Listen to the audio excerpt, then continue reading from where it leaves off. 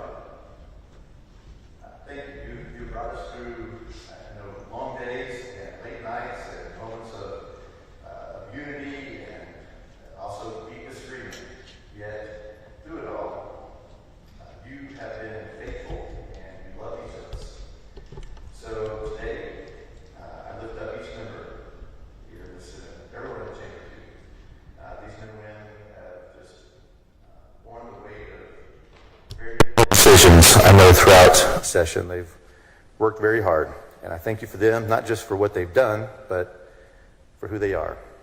And as this second special session hopefully begins to wind down and we prepare to go our separate ways to our homes, our families, and our districts, I ask that everybody here would be able to leave not just having done the work of legislation that you've called them here for, but having felt deeply and personally loved by you, especially through your Son, Jesus Christ.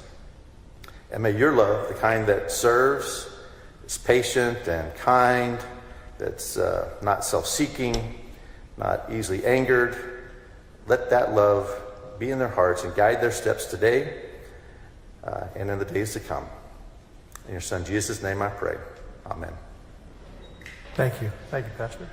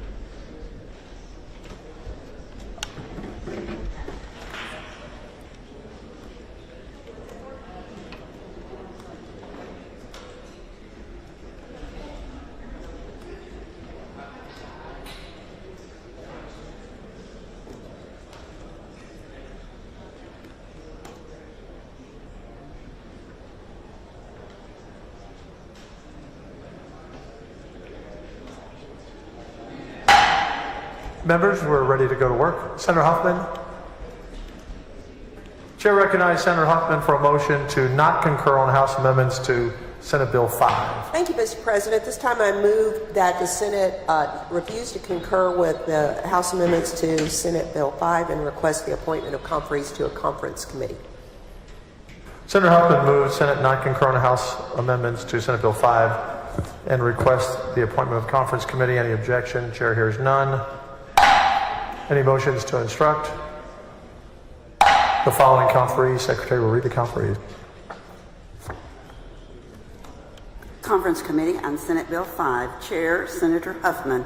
Members, Senators Perry, Flores, Campbell, and Hinojosa of Hidalgo.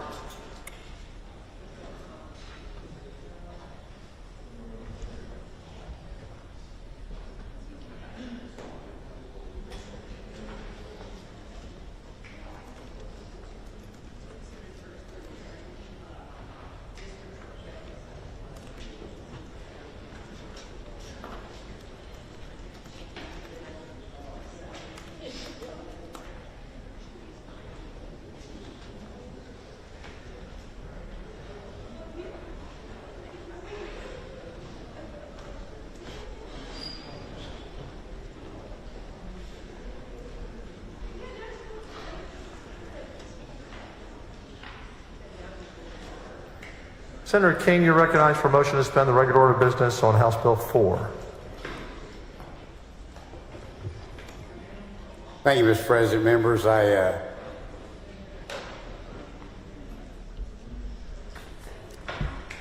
do make that motion and want to lay out with some opening remarks here before questions. But I also, when I was listening to Pastor Scott Wall's prayer, he was talking about the fruit of the Spirit. If I remember right from Galatians, that's love, joy, peace, patience, kindness, goodness, faithfulness, gentleness, and self-control. And I asked him if maybe we could add expedition to that, knowing that this is going to be kind of a long day, but apparently you can't add to Scripture, so that's not going to work. But anyway, if I can, if you wouldn't mind giving me just a couple of minutes to lay out some things that to kind of remind us what we've got in front of us today. But just by way of introduction, when I began this process, I had two goals in mind. The first goal was for the map, which is now HB4 that's before us, for the map to be legal in all respects. That was the first goal. And the second one was that it would perform better for Republican congressional candidates in Texas. However, as we heard public testimony through, I guess, the 7 total hearings we had, 6 with testimony, there were numerous citizens and office holders that voiced concerns over the compactness of some district. Compactness, as you know, refers to a principle requiring districts to be where they can be, drawn in geographically tight shapes, trying to avoid irregularities when possible. And so since that was mentioned so many times during testimony, I ended up adding a third goal for today's map, and that would be that it would also improve compactness for the congressional districts in our state. Let me just talk a little bit about that first goal of the map being legal. With regard to legality, and we've discussed this before when we did SB4 last special, the legislature can choose to redistrict at any time, including during special sessions and even during mid-decade. Courts have well recognized this broad authority. Therefore, it is perfectly legal for us to have HB4 before us today in this second called special session. Further, another big step in legal compliance is the one person, one vote standard. The U.S. Constitution requires that congressional districts be drawn with population as close to equal as possible to achieve the one person, one vote standard. And that makes the ideal district for us when you divide the 2020 census by the number of congressional members we have. It comes out to 766,987, and that's our target population for each district. HB4, that's before us today, also meets this one person, one vote standard. Now, beyond this, beyond the fact that we can do redistricting at this term of the redistricting cycle, and beyond the fact that we need to have equal population for one person, one vote, beyond this, the area of redistricting law is very robust and gets very complex very quickly. Therefore, what I've done, because I'm not an expert, I'm an attorney, but I'm certainly not a redistricting attorney, but I have relied on legal counsel throughout this process. And I have been fully assured by that counsel that HB4 complies with all applicable law. And the House counsel has come to the same conclusion. I haven't talked to them directly, but our counsel has conferred with theirs. So all that said, members, as we're here today for however many hours we're here, I want you to know that I'll do my very best to answer your questions, and I know a number of them are going to be about legal matters. But I would also ask that you please remember that we are not in a courtroom today. This is not a courtroom, and I'm not under deposition. Again, I'll do my best to answer your questions, but I don't want us to get into a legal debate over nuances. That's not our job. Courts take pages and pages just to talk about some of the definitions that apply to redistricting. And that's just not what we're here for today. I'll do my best, but please remember we're not in a courtroom, and I'm not under a deposition today.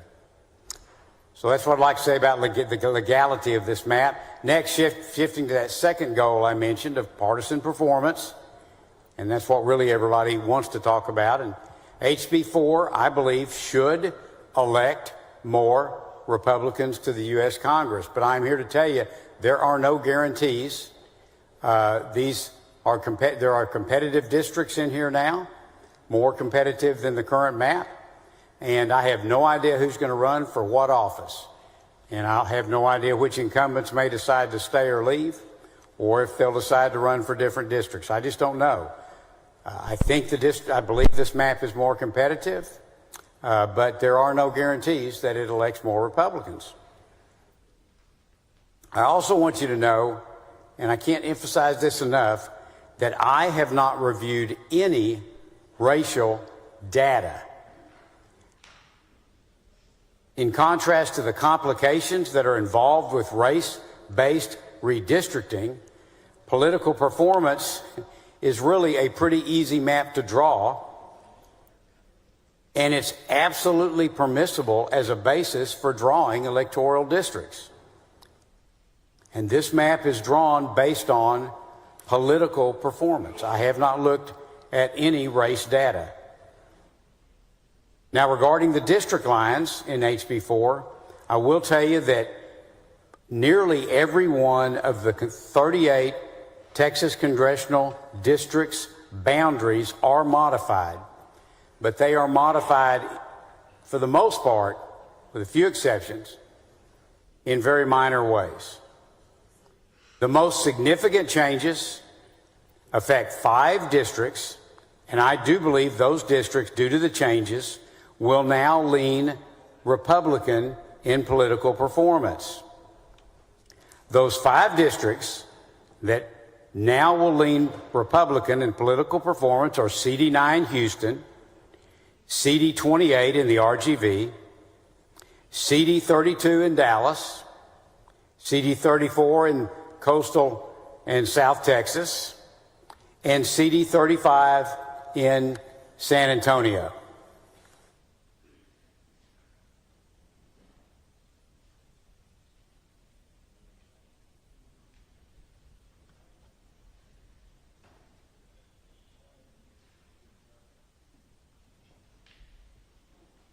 I'll be happy to go into detail on those districts later if anyone would like to.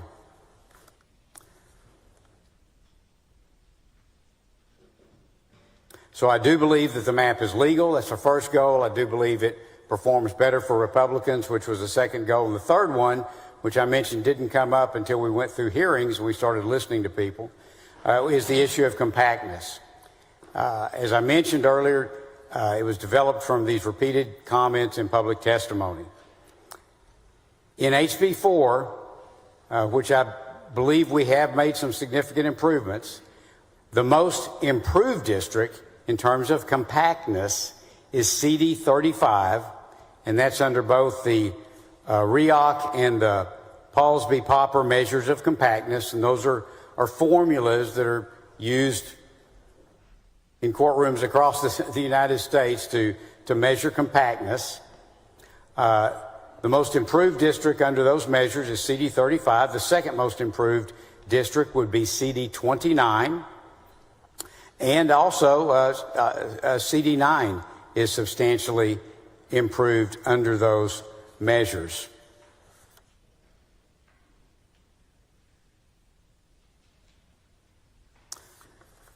So in summary, I believe HB 4 meets the critically important goals of legality, of political performance for Republicans, and of improved compactness. And that's why I believe it supports or it deserves and merits our support. I will make one final note. HB 4, in addition to those 3 goals, also has the added benefit of fixing a couple of concerns that were raised by our members and actually brought up in testimony from the El Paso area.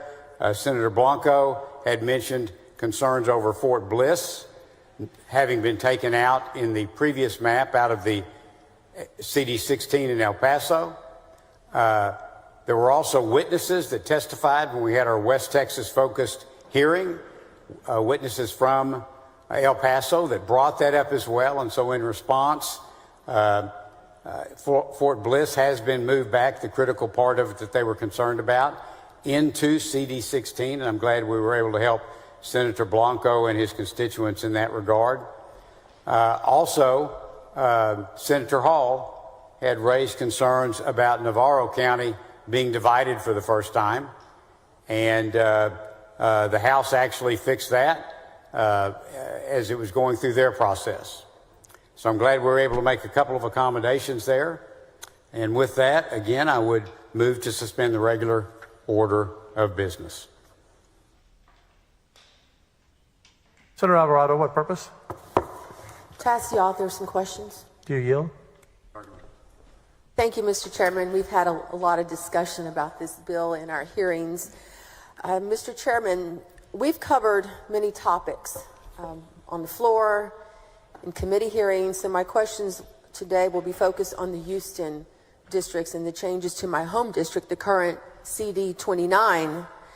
The latest map, Plan C2333, shifts population in Baytown from CD9 to CD36 and then shifts nearby population in Baytown from CD36 to CD9. Why does the map shift two sets of population in the same city back and forth like that? Okay, I'm sorry, I'm not sure I understood your question. Could you walk me through that again? Okay, so the plan, your plan, shifts the population in Baytown. Baytown is from CD9 to CD36.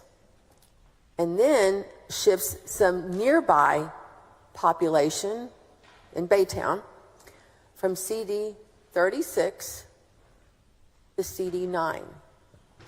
So I'm just curious what the reason was for that shift.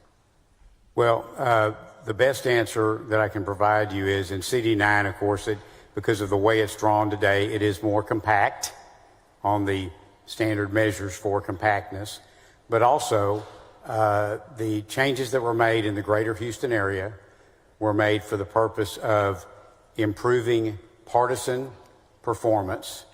And as you know, CD9 should now perform as a Republican district. Okay, because I know before y'all were talking about that district being a Latino opportunity district. I haven't ever talked about that. The original plan, okay. The HCVAP population of CD9 after your amendment is just barely over 50% CVAP. Do you know what happened? For which district? In CD9? So after your amendment, it's barely over 50%.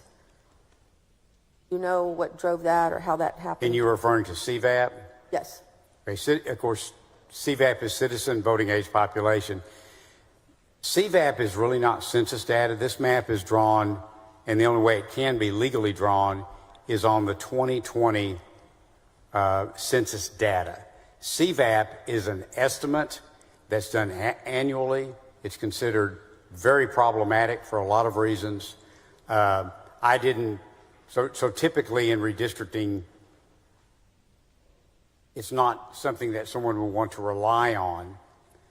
But again, I haven't looked at any racial data, and I haven't looked at CVAP, and really, there's no reason to look at racial data or CVAP.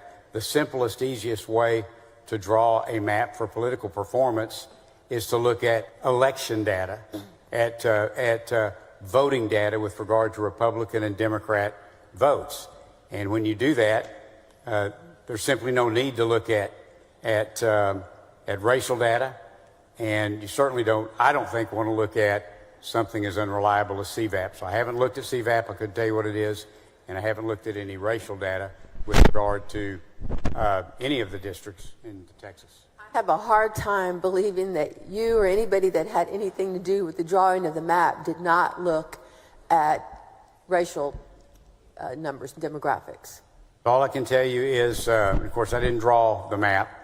I adopted the House map as it came over and filed it. SB4 had been filed as a companion to it, but I can tell you that our council have looked over it. Other council has looked over it. It is legal under all applicable law, and again, frankly, there is absolutely no reason to look at racial data when you're trying to improve political performance. The best measure of that is whether people have been voting Republican or Democrat. And if you want to draw a map and the goal is political performance, then that's what you look at. There's no reason to look at racial data, and frankly, I think in many cases it's problematic or illegal to do so. Okay, let's move on to some. Now we're kind of getting a little into the weeds, but this is about certain precincts. The map drawer, whoever that is, and we'll get to that in a bit, split election precinct 414 4 different times. Now, that's a lot of fours, but precinct 414 was split 4 different times.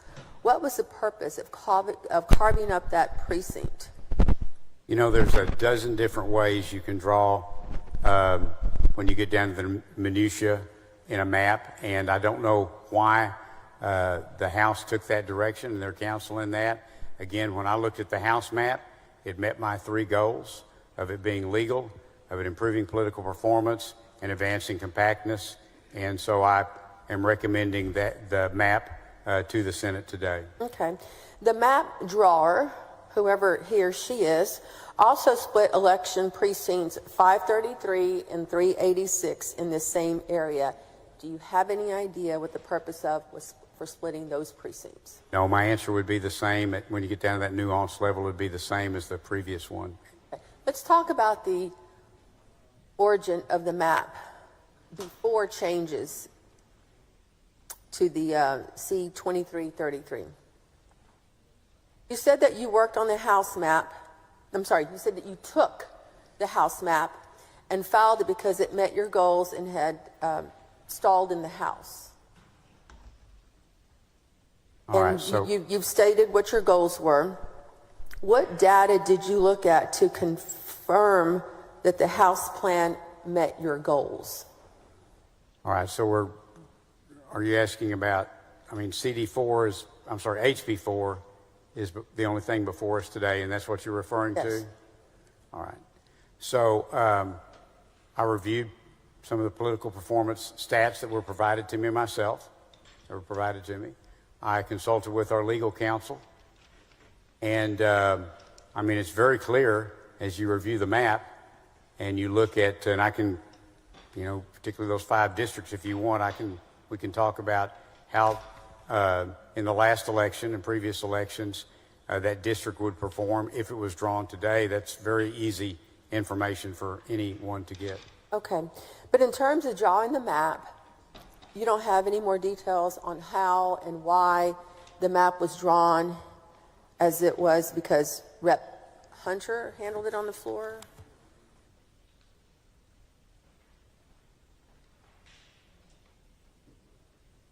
So the predecessor to HB4, I guess, would have been HE4 from the prior session.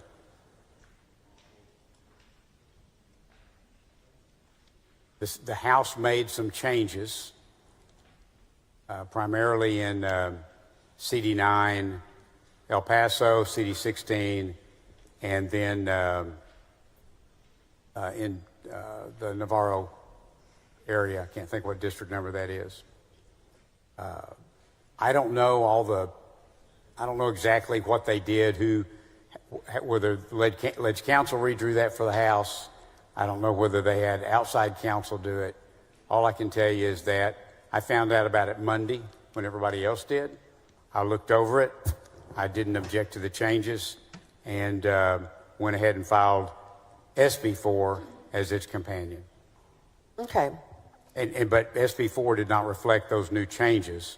and that's why we adopted HB4 when it came over, because it had those new changes. Okay. I want to now really focus on Houston, because that's where my district is, and the districts that are impacted most within my Senate district. Are you aware that the Latino population of Harris County is well over 2 million? Not specifically. Okay. And the total population of Harris County is roughly 4.7 million people. Were you aware of that? Roughly, yes. Okay. Are you aware that the current CD 29, represented by Congresswoman Sylvia Garcia, is the only majority HCVAP district in Harris County under the 2021 map? As I've said, I haven't looked at any racial data. Well, I'm talking about the 2021 map, which all of y'all voted for. I haven't looked at any of the racial data in the 2021 map. And we're just, getting out of a very recent court case on those maps. What is the specific purpose of reducing the Hispanic citizen voting age population in CD 29 by 20 percentage points from 63% to 43%? I'm not aware that there was any intent to do that. Really? As I said, I haven't looked at any racial data. I've just looked at political performance. So I don't have an answer to that. Okay. By decreasing the HCVAP in CD 29 by that amount, 20 percentage points, it means that there's no longer a Hispanic opportunity district. Do you realize that? I assume you're operating off the assumption that Republicans won't vote for an Hispanic, which I don't think is a reasonable assumption. But again, I haven't looked at any racial data for any of the districts, including CD9.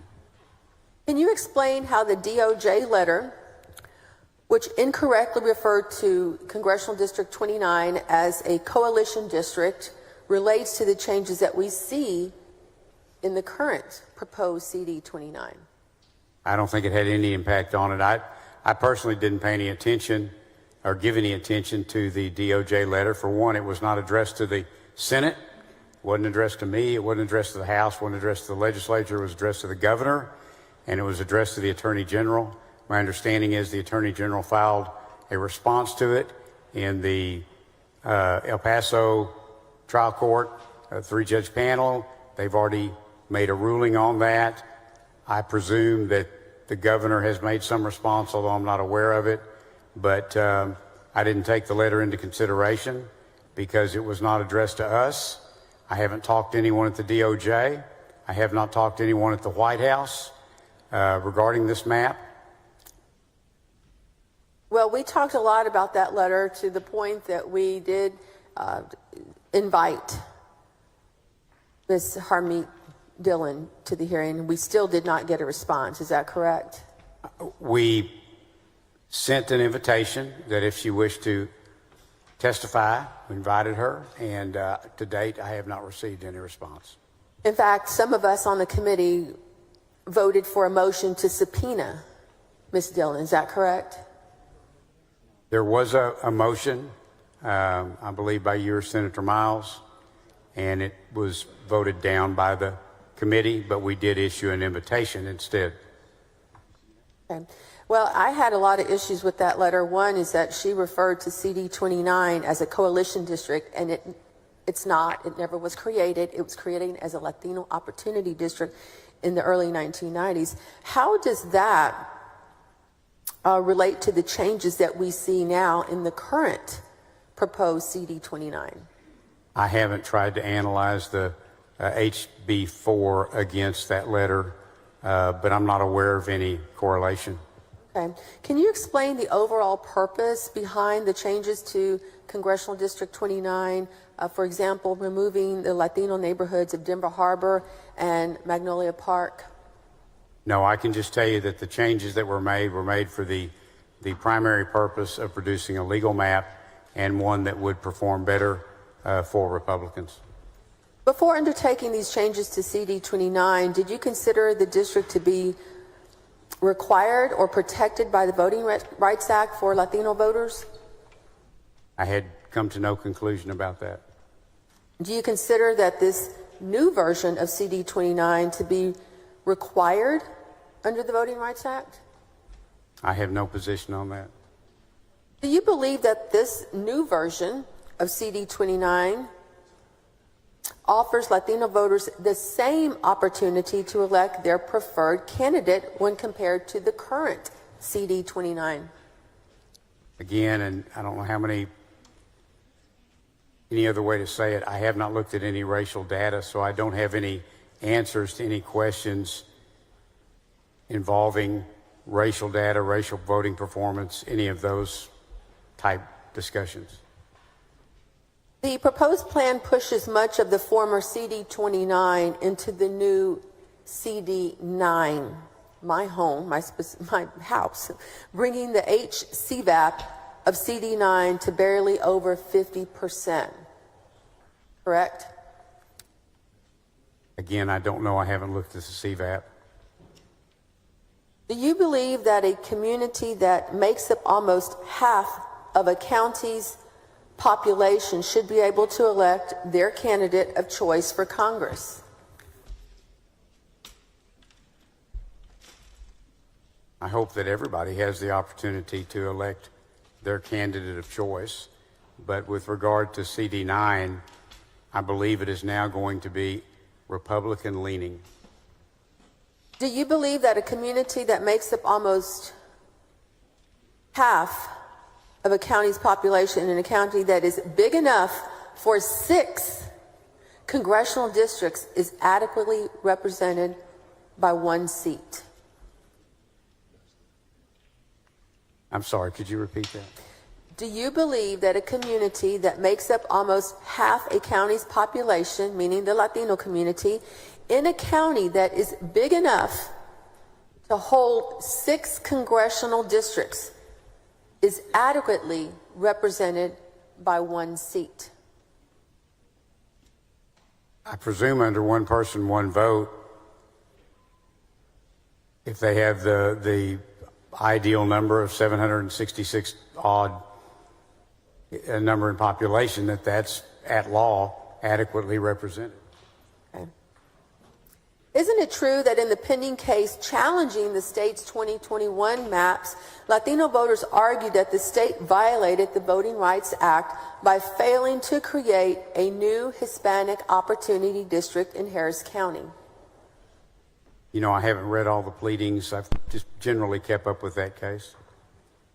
Did you perform any analysis to determine if Latino voters in the new CD9 would be able to regularly elect their candidate of choice?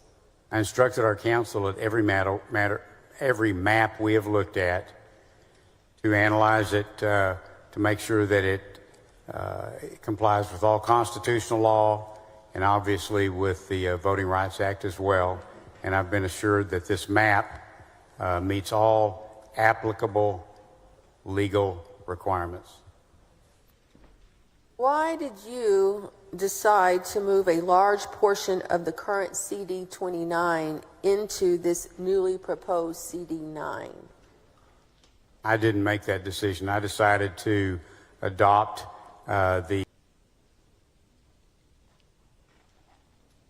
I believe that CD9 meets all the current legal requirements. And I'm asking about 29. 29? Mm-hmm. I believe that CD29 meets all current legal requirements. Mr. Chairman, that's all I have for now. Thank you. Mm-hmm.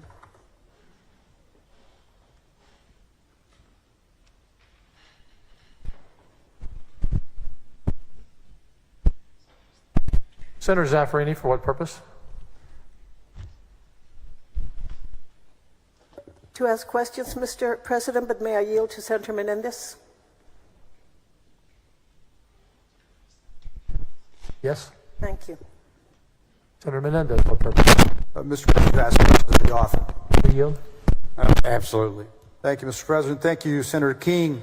Senator King, I heard your bill layout, and in your layout, I heard you say your opening phrase, when I began this process. I was just curious, when did you begin this process? Because we had a redistricting committee during session, but I never heard anything about a redistricting of maps at all during session. So when did you come up with the thought or the idea of filing a new map? When a couple of weeks or so before, maybe a week or so before the first special session, I got a call from the Lieutenant Governor asking if I would be willing to chair the redistricting committee. Okay. So you mentioned that you believe in your heart that you believe this map is drawn race blind? Yes. Okay. And you've said that you have not looked at any race data with respect to this map, correct? Correct. So to that end, if I hear what you're telling me, the map then does it take any race data into account? Not to my knowledge. Okay. Have you had an opportunity to watch any of the House proceedings or been present at any of the times that Chairman Hunter has spoken about the map? Sorry, could you repeat that? Yes. Have you had any opportunity to watch any of the House proceedings or any of the times when Chairman Hunter has been describing the map? Very little. Very little. Okay. Very good. Well, then you must be aware that each time Chairman Hunter has laid out the map, he has listed specific districts and the race population for those districts. So I'm not sure, were you aware of that? Were you able to watch that part of his delivery? I've actually watched very little of the House hearings. All right. So if you missed when Chairman Hunter listed the specific districts and the race population for those districts, to me, even though you've been adamant that you have not looked at race data, why is that? Why have you not? If Chairman Hunter's talked about race data, why have you not looked at race data? Well, because it's problematic and confusing under the law, and it's very complex as to how such data applies in redistricting. It's very simple and very well established in law that you can draw maps on a partisan basis. And so we've looked at this from a partisan basis. It's my understanding that that's the basis from which it was drawn, and it performs in a manner that should improve, should be an improvement for Republican candidates. When you say it's problematic with the law, which law are we referring to? Well, there's a host of redistricting law. I've got, one little brief here that's just a summary of, we've had 30 years of cases, and I've gone through several redistricting cycles, and you have as well, and we have an ongoing trial in El Paso, and it's just a complex, very robust area of law. Would any of those be the Voting Rights Act? Voting Rights Act is always a consideration. Very good. Does it concern you then that Chairman Hunter has focused so closely on the race data in his discussions of this very bill, House Bill 4? I am only concerned with what's before the Senate and in my authorship or sponsorship of the bill. So, knowing that the Voting Rights Act can be, in your terms, your words, problematic, why does it not concern you that Chairman Hunter has been bringing up race when he's describing these districts? I'm not aware whether he has or not, but from my perspective, why would I use racial data? Voting history is just much more accurate and is well established as a legal way to draw maps, a legal process upon which to base maps. Okay. So you mentioned that you didn't draw this map or these maps. Is that correct? That's correct. Okay. So then whoever drew these maps, do we know if they used any racial shading on the computer at any point? Are you aware of that? So again, I don't know. I don't have any personal knowledge as to who drew the changes between HB 4 as it was introduced in this special session and HB 4 as it was passed out of the House, because there were some changes. Correct. And I guess what I'm trying to find out is what analysis was made during the map drawing process to determine voter preferences, as you've mentioned, you mentioned the partisan preferences, but also by racial group. That's what I'm trying to figure out, what analysis was made. All I can tell you is that I very specifically asked our legal counsel to run jingles and the other analyses that are used to determine if a map complies with the VRA, constitutional and other requirements.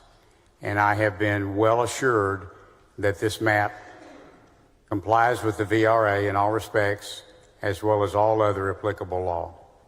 So I appreciate that. So you're telling me that the legal counsel that did know who drew these maps, that you asked them run an analysis through the Voter Rights Act, through jingles, and tell me that they're legal. Did they tell you which districts race was taken into account to make sure that they're legal? I was only presented with their conclusion, not any underlying data, whatever that may have involved. Understood. So we know race was taken into account to make it legal. We know, I'm just curious, because you're confident that you believe that these districts were presented to you after having been analyzed. I'm curious, how was race taken into account in the drafting? Do you know how the race was taken into account? All I can tell you is that every map I have looked at, and I haven't drawn a single map, I have in years past, but I have not had anything to do. I have not drawn any map during this process. Okay. What I have done is the maps that have been presented to me for consideration before I even looked at them. Right. I turned them over to counsel and I said, take it, give it a good legal scrubbing, and bring me back your conclusions. Okay.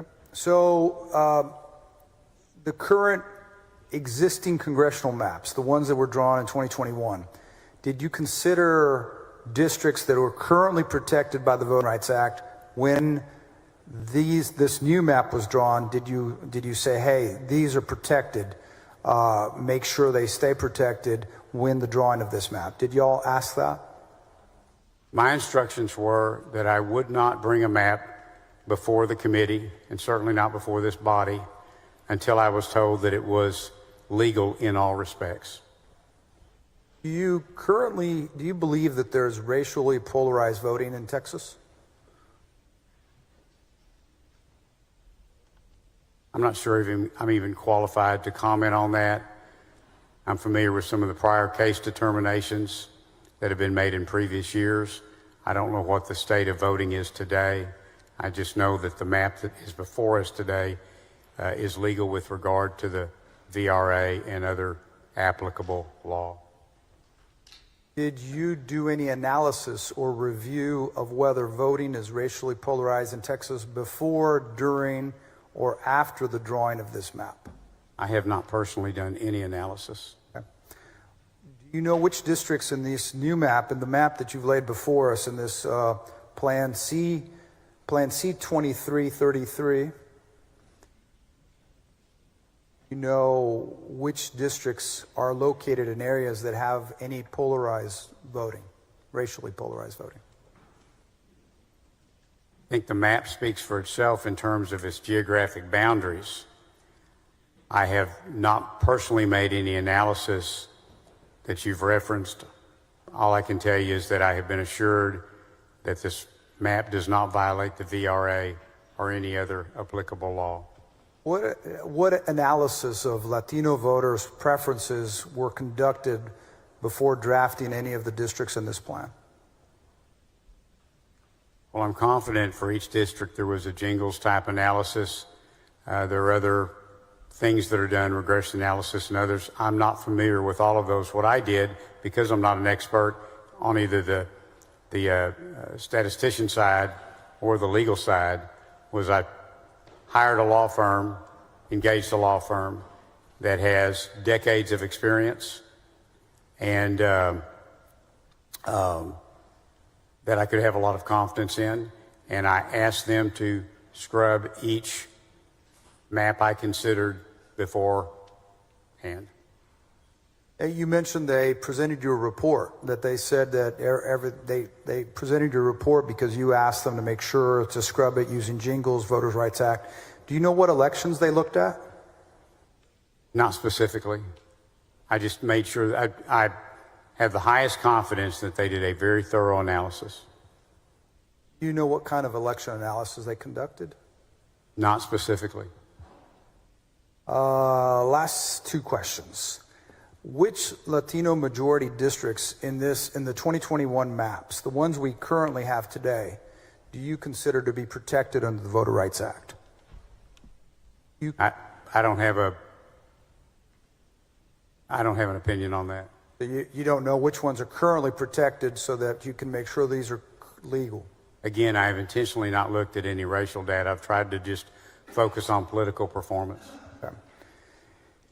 And since you believe that these maps that you have before us are legal, could you please name the districts in this new map that are required by the Federal Voting Rights Act? So if these are legal, which one of the districts in here are going to be required to be protected under the Voter Rights Act? Can you tell us which ones?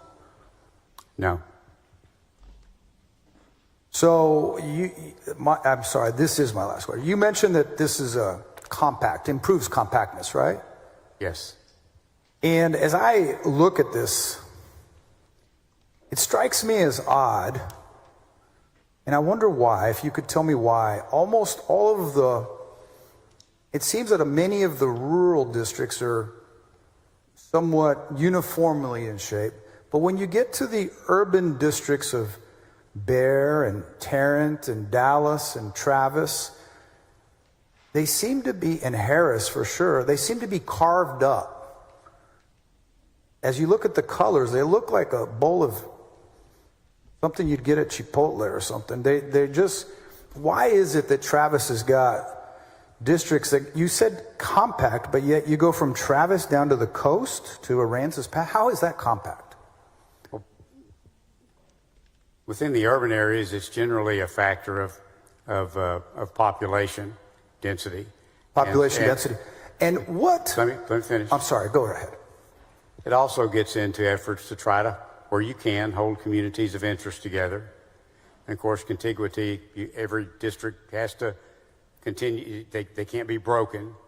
But the other part of it is that, and our Senate districts are examples of that as well, but when you have to get, in this case, 766,000 people into 38 districts, and so many of our counties have only 5 or 10 or 20,000 in population, it is very common, in fact, it is unavoidable, that you just have to reach into urban areas, perhaps take population, and then reach out and pull in a bunch of rural and suburban counties to be able to balance out that one person, one vote. And that's why, and frankly, it's a lot easier to draw in a county like one of mine that has 4,000 people. It's very easy to draw that whole county into one district. It's much more complex when you have a dense urban area. You've been a legislator for a long time, isn't that correct? Many years?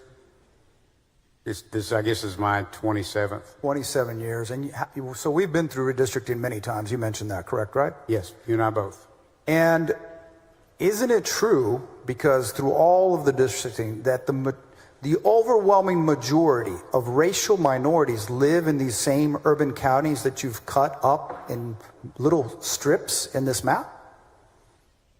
Isn't that true? I mean, it is true. I mean, it's just population. That's where they live. Again, I haven't looked at any racial data, but I would just say off the top of my head, South Texas has a lot of rural areas that are heavily Hispanic in population. That's just common. Right, but I was just asking about the urban counties that have been cut into little strips. I haven't looked at any racial data. Thank you for answering my questions. Thank you, Mr. President. Thank you. Senator Zaffarini, Thank you, Mr. President. for what purpose? To ask questions of the author. Do you yield? Certainly. Thank you, Mr. President. He's been waiting for these. Pins and needles. Thank you, Mr. President, and thank you, Mr. Chairman. Mr. Chairman, Representative Hunter has claimed repeatedly that Senate District 9 and Senate District 35 in this new map are to be Hispanic majority districts. Is that your understanding? I have no personal knowledge of that. Thank you. And you have said it is your belief that the Hispanic population in Texas supports Republicans. Is that correct? I think I'm sorry, I'm not sure how you're phrasing that. Are you asking me if do I believe that Hispanic citizens will vote for Republicans? Yes, I do. That you have said that. Yes, thank you. Are you aware that data scientists can calculate the preferred candidates for racial groups in precise areas, and this is called a racially polarized voting, or RPV analysis? I'm generally familiar with that concept. Thank you. You said in committee that you were unaware if anyone had performed a racial polarization analysis of your map. Is that correct? That is correct. Do you know if the map drawers were provided the reams of RPV analysis offered in the El Paso trial in May and June of this year?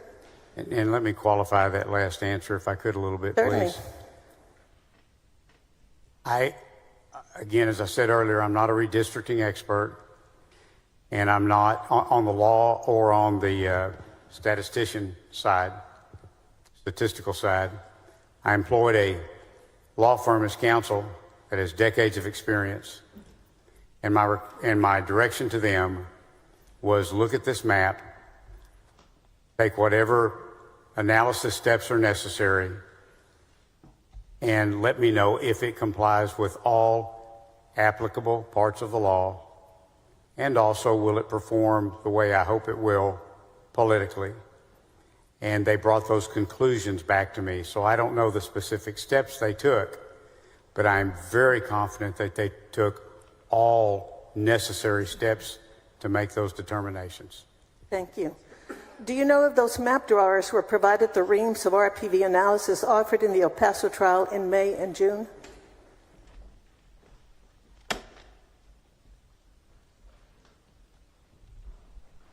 I have not been told that they were short of any data that they required to make their analysis. Did you look at any of those data? No.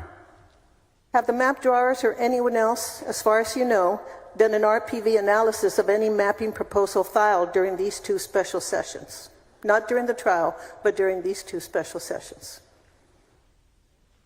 Has my legal counsel? No. Have the map drawers or anyone else, including your legal counsel, done an RPV analysis of the mapping proposal? I don't have any personal knowledge of that. Thank you.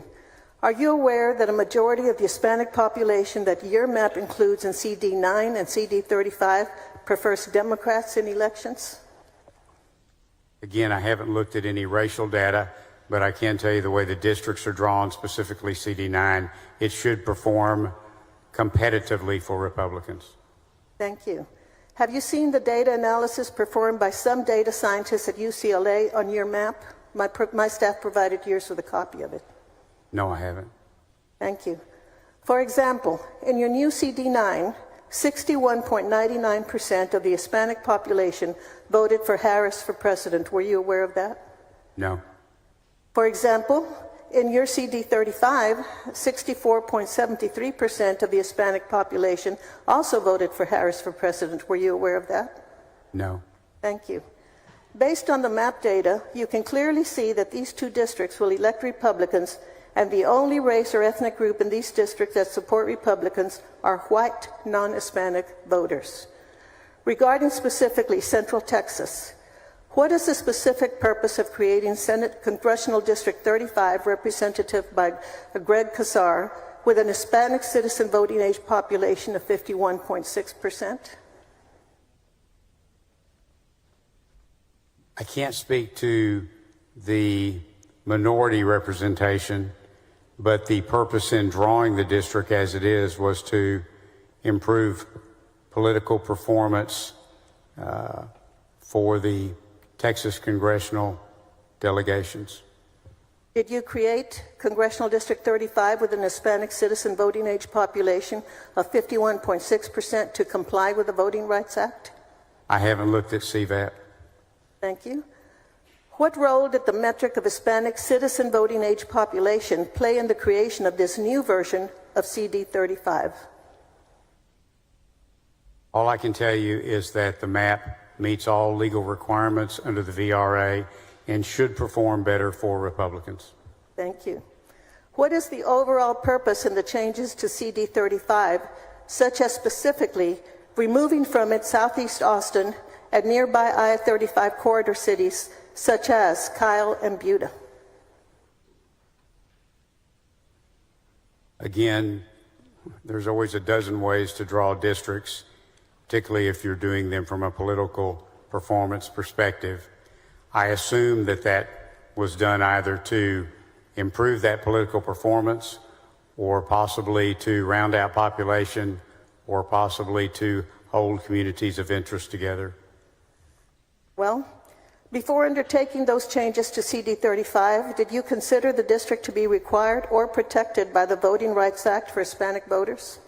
I don't have an opinion on that. Do you believe that Hispanic voters can elect their preferred candidate to Congress in this newly drawn CD 35?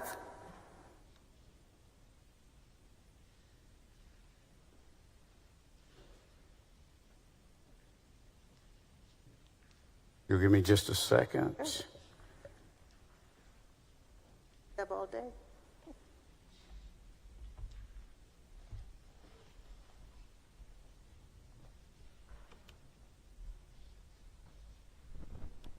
Trying to double check.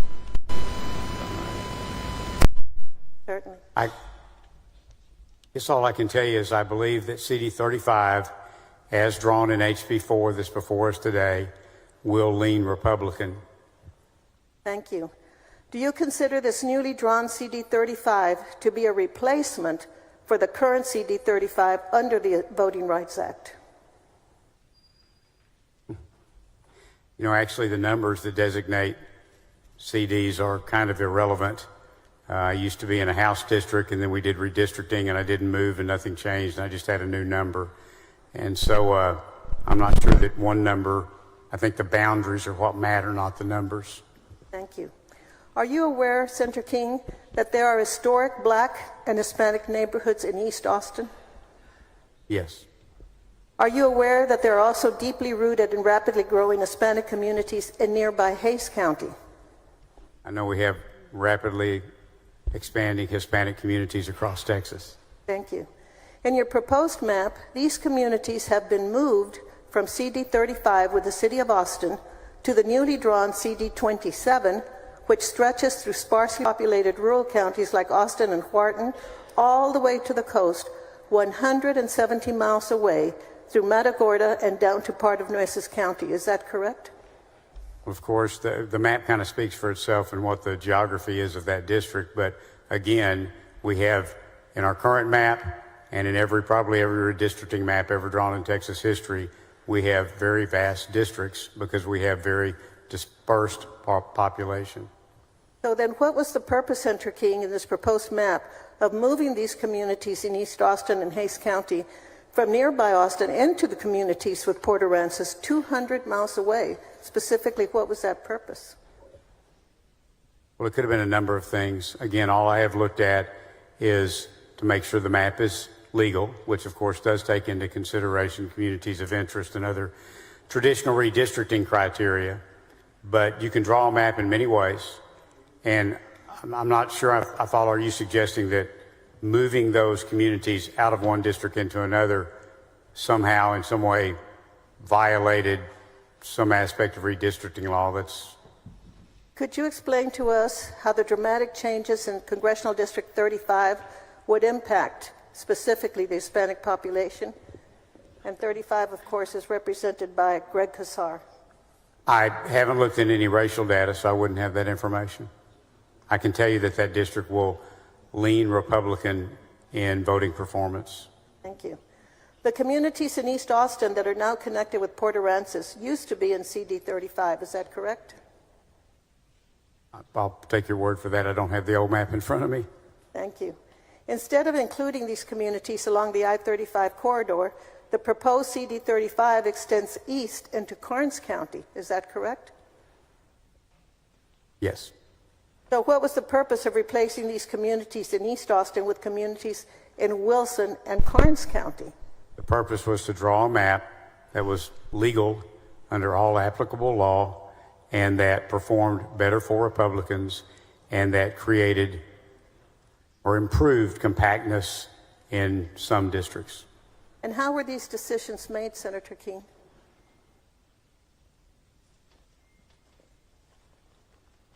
Again, I've adopted HB 4, which is before us today.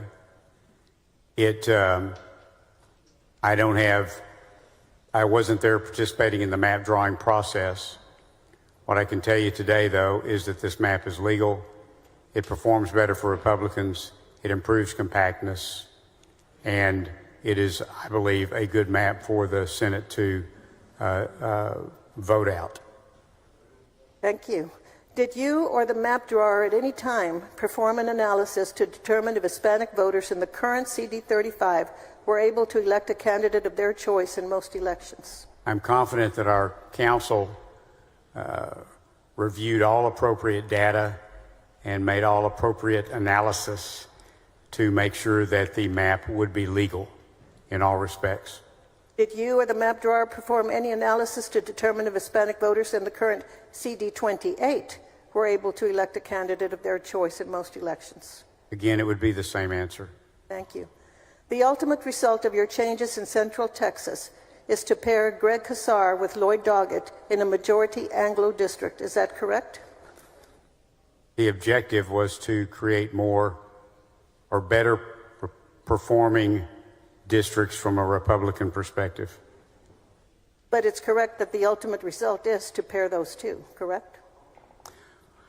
Well, pairing is kind of a relative concept. It's different in House and Senate maps, but in congressional maps, since you don't have to live in the district you run in, pairing is not really I think, a valid definition, concern, issue. And that is true, but their residences are now in the same district, correct? That's my understanding. Thank you. Pertaining to Congressional District 28 in South Texas, what is the purpose of increasing the Hispanic citizen voting age population in Congressional District 28 by 18 percentage points in the newly drawn map? I'm not aware that it was. I haven't looked at any racial data. Thank you. Can you explain the overall purpose behind the changes to Congressional District 28? All the changes that were made in the map were made to ensure that it was legal, that it would improve Republican performance, and hopefully improve compactness. Thank you. In your opinion, could Hispanic voters elect their preferred candidate to Congress in the newly drawn Congressional District 28? I'm sorry, could you repeat that, please? In your opinion, could Hispanic voters in District 28 elect their preferred candidate to Congress in this newly drawn map?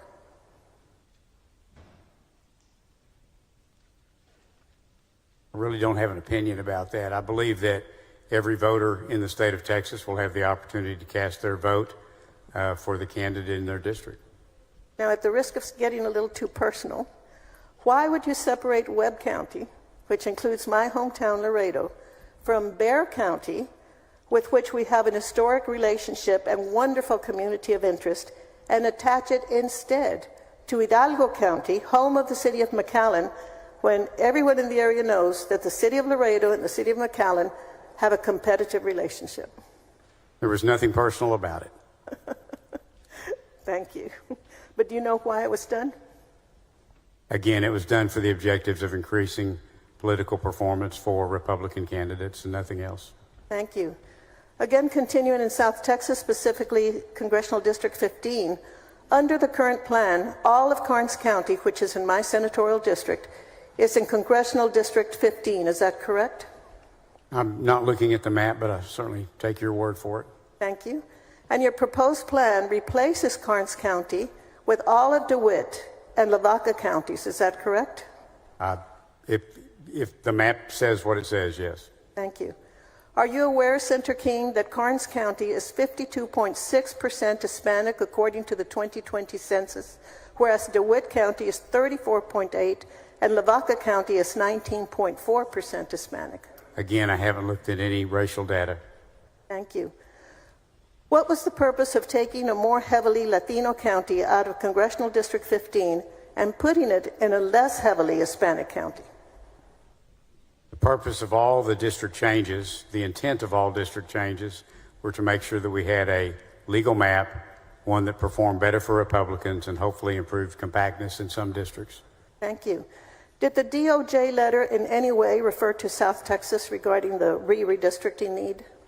Well, it pointed out 4 districts, or 5, I can't recall. It's been a while since I've read it. Thank you. Senator King, is there any question you expected me to ask that I failed to do? I think you were very thorough. Thank you, Mr. Chairman. Thank you, Mr. President and members.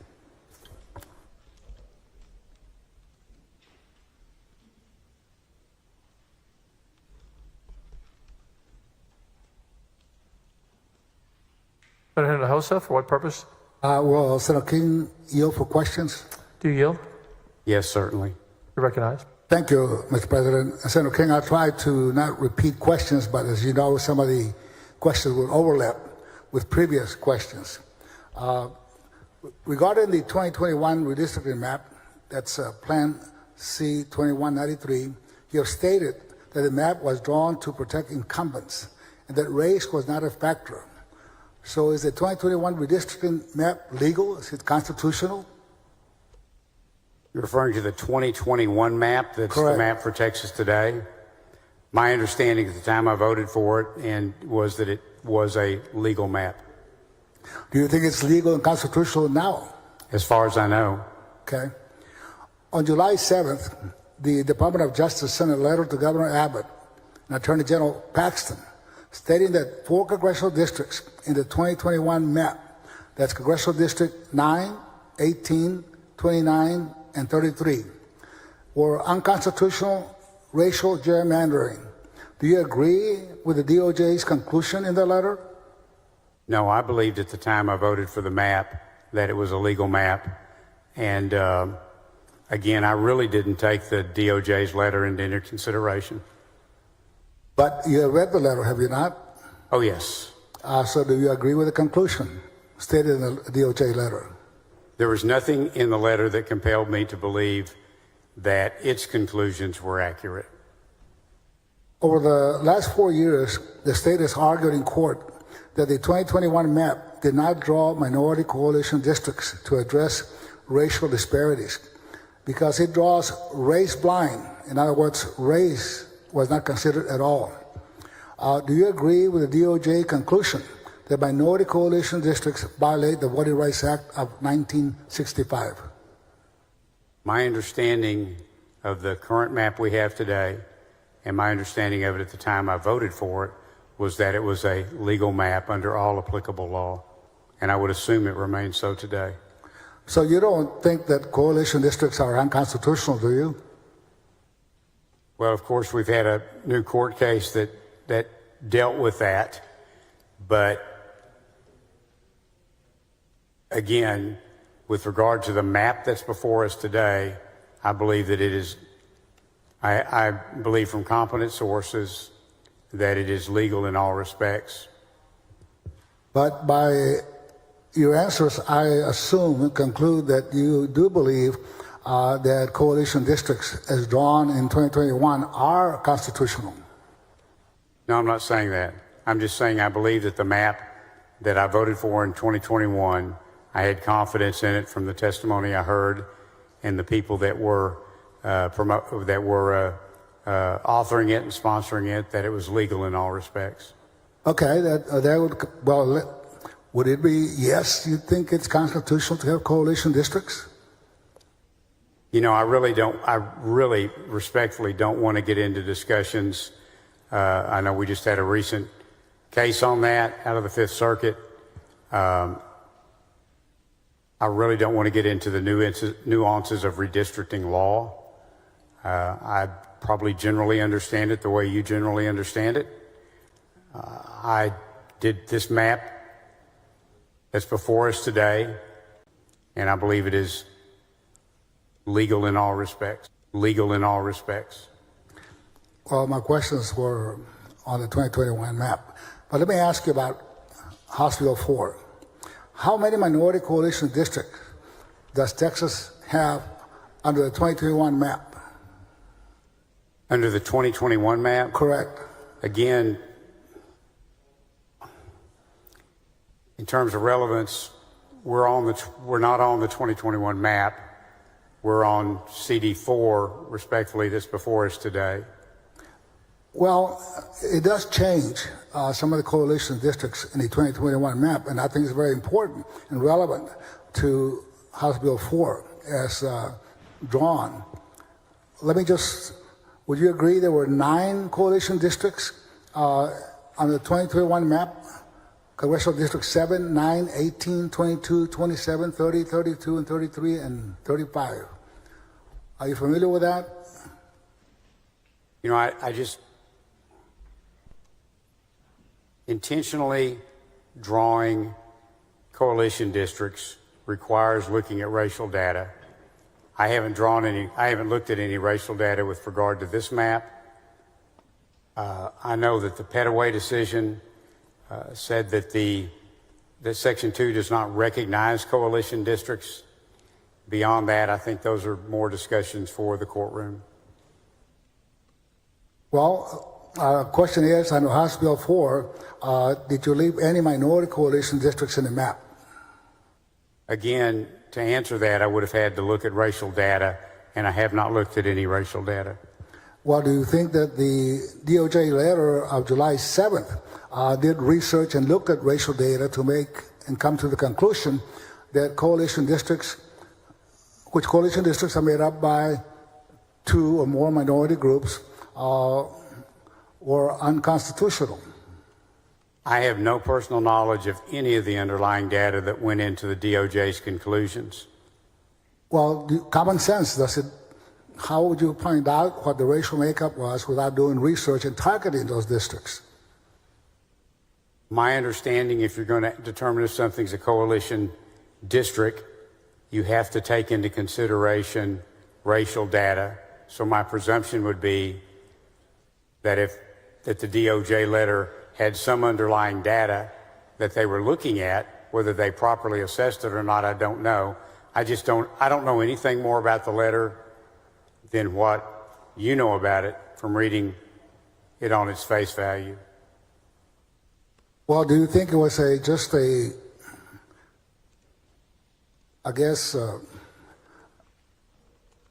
error or a mistake or just by coincidence that the congressional district named by the DOJ letter were all altered under House Bill 4? I can just tell you that my analysis and my support, rather, of HB 4 does not in any way take into account the DOJ letter. So are you saying that it's a coincidence that House Bill 4 actually targets the same 4 congressional districts that were named in the DOJ letter?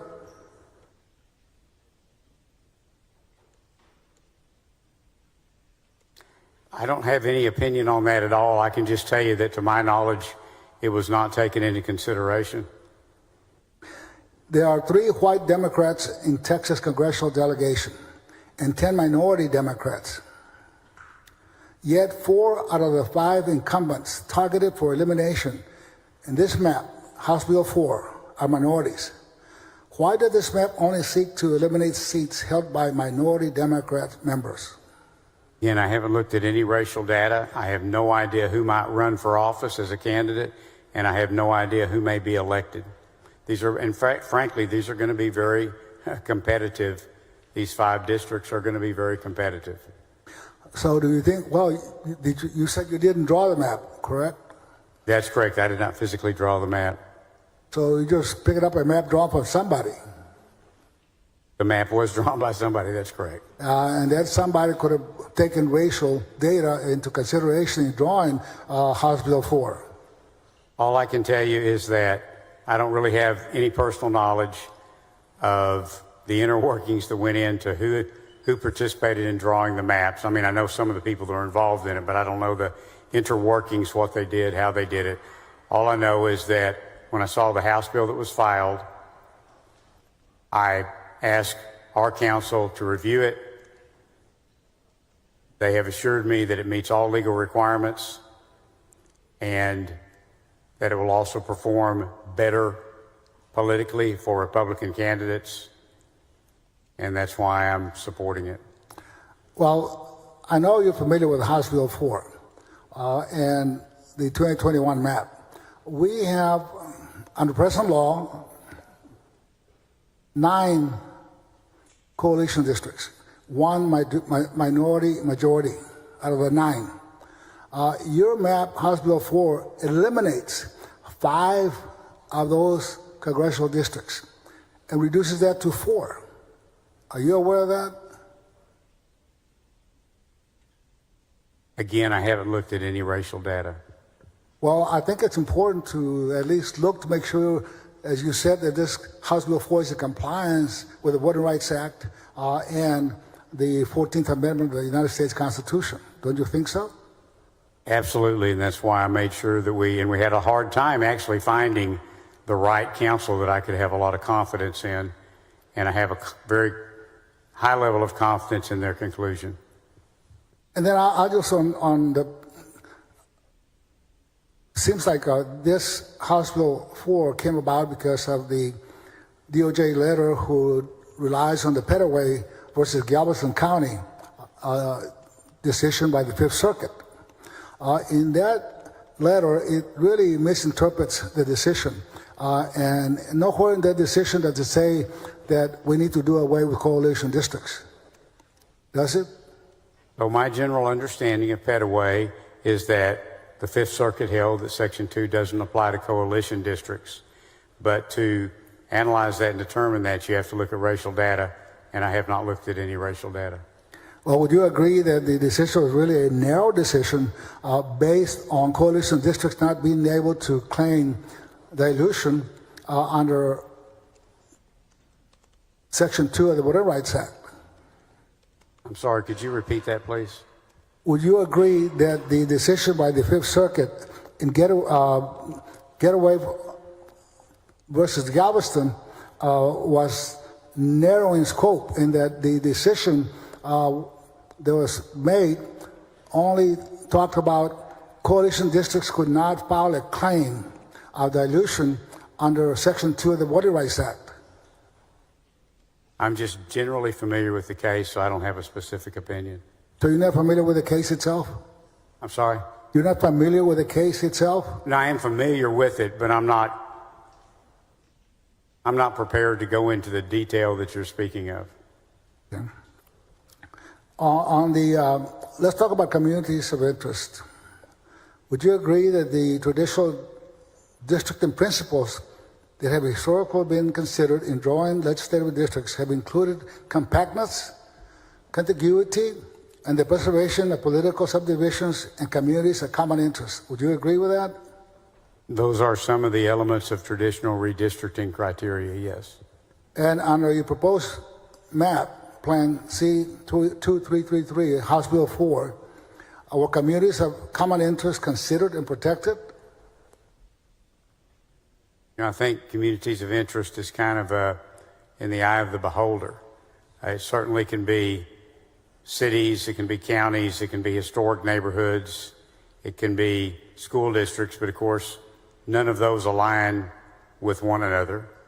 But it can also be economic regions, it can be port authority areas, it can be TxDOT regions, it can be river basins, water basins, it can be suburban, urban, rural.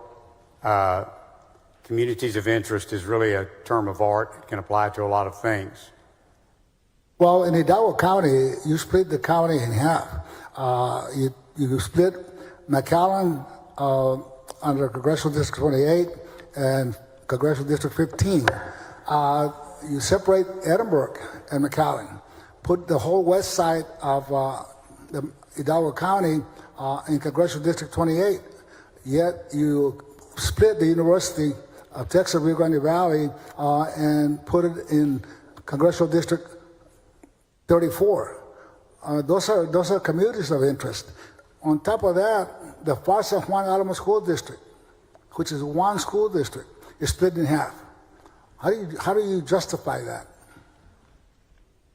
Well, a school district itself is not a singular criteria for determining a community of interest, but I would ask, what's the population of the county?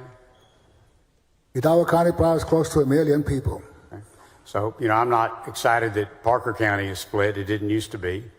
But that's just, when you're trying to draw 766,000 odd-numbered people into 38 districts across a vast state like Texas, counties are going to get split, and school districts are going to get split, cities, counties. It is unavoidable. And granted, there are different ways to draw a district, but this map was drawn for the purpose of being legal, performing better for Republicans, and I believe it does that. And I know that there's some people happy. I know Senator Hall's really happy that Navarro is no longer split. I understood that he was upset that it was split to begin with, but that's just unavoidable. Somebody is going to be divided. Wherever you are, there are going to be divided communities in redistricting. And probably being divided to protect political interest. Political interest is a valid consideration when drawing maps. Including when race is taken into consideration? I'm sorry? Including when race is taken into consideration? Again, I haven't looked at any racial data, and I didn't take race into consideration when trying to decide whether to support this map. And Nueces County, in Nueces County, you also split the county between Congressional District 34 and Congressional District 27. You have the Hillcrest black community, historical black community, with a long history in Corpus Christi, one of the main common roots of Corpus Christi and in Nueces County. You have that down all the way up to South Austin. What do they have in common with South Austin? Again, I don't have specifics as to that district, but neighborhoods, every one of those neighborhoods will still get to vote.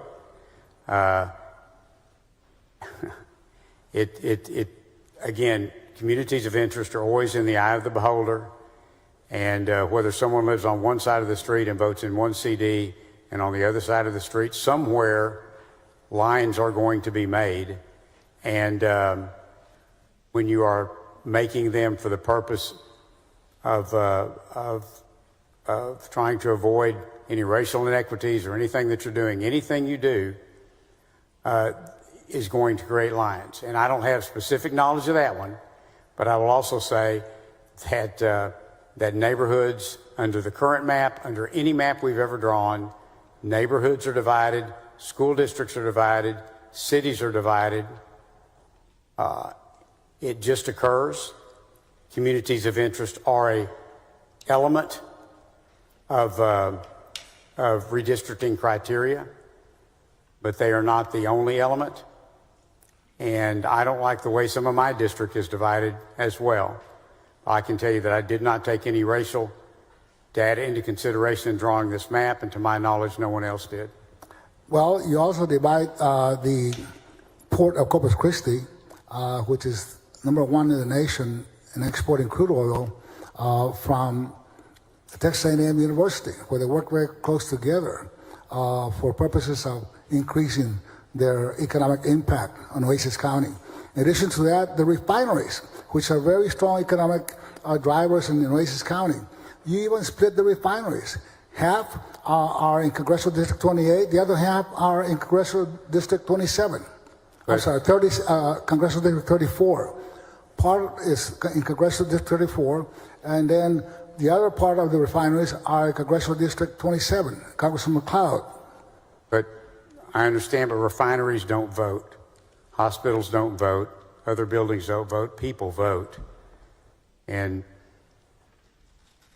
The it's families that difficult work, to see how dividing a refinery could be considered. the workers that work there and the families vote. The people who have jobs there vote. Well, let me ask you on the Voting Rights Act. What districts in the 2021 map do you view as protected under the Voting Rights Act? I don't have an opinion on that. I didn't look at any racial data with regard to this map. Under the proposed map, House Bill 4, what districts were drawn in response to court orders? Again, I don't know how many, please, I don't mean this directed at you in any way at all. And your questions are very valid, and I appreciate them. But I have not taken any racial data into consideration with regard to this map. I have requested a determination, and believe that determination to be correct, that this map is legal, and that's what matters to me first and foremost. I wanted it to perform better for Republicans. I believe it does. And I also believe it improves some compactness in a couple of districts. And that's why I'm supporting the bill that's before us today. Senator King, you previously stated during your layout for this, actually what used to be Senate Bill 4, now House Bill 4 with some changes, that you have consulted with your legal counsel and that you were absolutely confident that House Bill 4 complies with all applicable laws. Did your legal counsel testify before the redistricting committee? No, they did not. Did the lawyers express their opinion to you only? Did the lawyers express their legal opinion to you only whether or not House Bill 4 was constitutional and in compliance with the Voting Rights Act? I don't know actually who all they've expressed that to. They have expressed it to me. They have not expressed that to you? No. I said, I don't know who all they have told that to, that they believe the map is legal in all applicable law, but they have told that to me. But I just, again, those lawyers have not testified or informed the redistricting committee that this map is in compliance with the Voting Rights Act and the United States Constitution. No, that is my testimony today as to the conclusions that have been brought to me. Thank you, Senator King, for answering my question. Thank you, Senator. Members, we are going to stand at ease for 10 minutes till 12 o'clock. Then we'll come back to Senator Johnson when we reconvene. Senator Johnson, followed by Senator Cook, and that's who I have remaining to ask questions. So with that, members, Senate stands at ease till 12 o'clock.